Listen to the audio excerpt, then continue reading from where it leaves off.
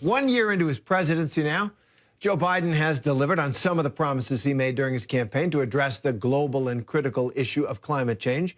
Some, but not all. And as an aggressive White House climate agenda stalls in congressional gridlock, critics are pointing to those undelivered promises as a sign that Biden's optimism for major climate reform has been met with a proverbial bucket of cold water. It was in Glasgow, in that high-stakes meeting between world leaders on what to do with what many consider to be humanity's biggest threat, that President Biden spoke to those promises and what he hoped to do in the immediate future.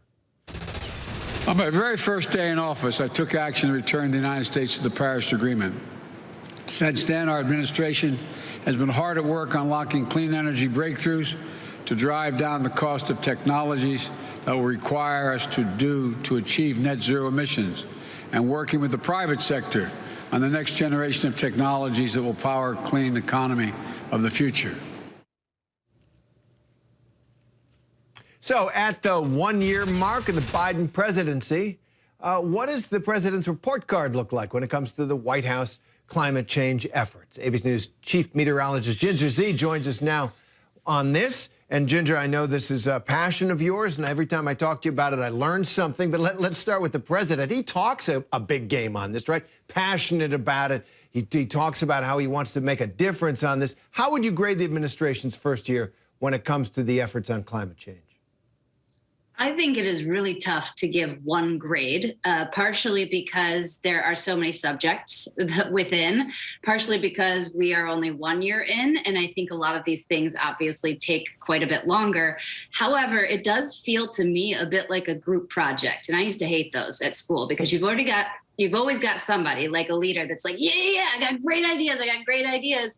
And then you have to have the worker bees. You have to have the execution of these fantastic ideas. And I think in some places, this administration has excelled in doing that. I think in a lot of other places, they've made some befuddling choices that probably give them a lower grade so far. But if you take electric vehicles, for example, great promises, the whole federal fleet are going to be this, but you have to have the infrastructure in place. And so that infrastructure now hangs within a bill that you were just mentioning is a problem because it's all lumped in together and it has to pass. So at this very moment, instead of a grade, I'd have to give an incomplete.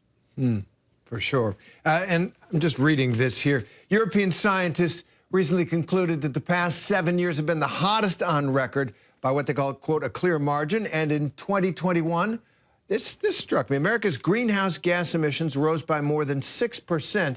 That's according to the Rhodium Group Global Research Institute. Now, that surprised me because you'd think during the pandemic, people working from home, traffic is lighter here in Washington, you'd think it would go down. So why did emissions rise? And what can the Biden administration really do if they're going to rise during a pandemic when everybody's mostly working from home?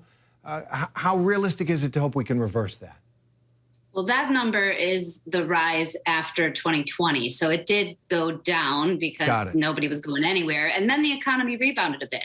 And of course, the emissions are going faster than the economy in many ways, which is a problem.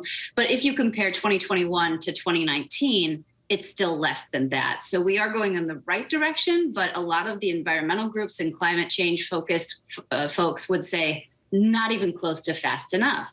So how do we get there? It really has to be wide sweeping, something like a BBB, you got to build it back, and you have to get the legislation that's going to stick beyond this administration, beyond just his presidency, because otherwise it's going to be this game of flipping and flopping. And you saw Trump roll back something as easy as energy efficiency within a home. Now the Department of Energy has had to spend time putting that back into place. Until you get solid legislation that sticks, you are not going to make the big changes and the big digs at fossil fuel emission and global greenhouse global gas emissions.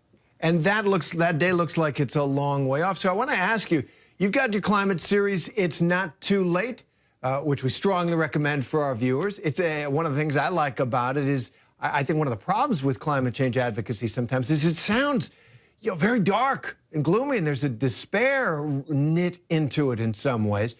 But you've got It's Not Too Late. That's the title of your series. Yeah. So why? Well, why don't you think it's too late to do something? Because while the biggest improvements in our, focus of renewable energy and such has to come from legislation in many ways, we all have more control than we think. It is not too late. And if we look at it like doom and gloom and it's the end, then it's basically the film Don't Look Up, right? It's just kind of, well, all right, well, let's go. Instead, I think knowing that we have power and we can vote, not just for the people that we think are doing the right thing, but probably even more importantly, voting with our dollar. We can support and showcase the things that are doing it the right way. So taking something as easy as the reduction of plastic, and I know this sounds so simple and like, oh, what are you bringing us here? Something brand new. The impact of plastic, both on what the fossil fuel industry has to create in creation of plastic, but then on top of that, the environmental disaster we've gotten ourselves into with plastics at nearly 400 million metric tons just last year of plastic created. You have agency over that. And that's what I think It's Not Too Late is really about, is that all the way from your plastic baggie up to the people you vote for that make these choices, it is not too late, because it can't be. I love that. I feel better, but I got to tell you, one place we could start is McDonald's Happy Meals. Because they come with a plastic toy. I got three kids get Happy Meals all the time. I'm thinking, and they play with them for 15 minutes.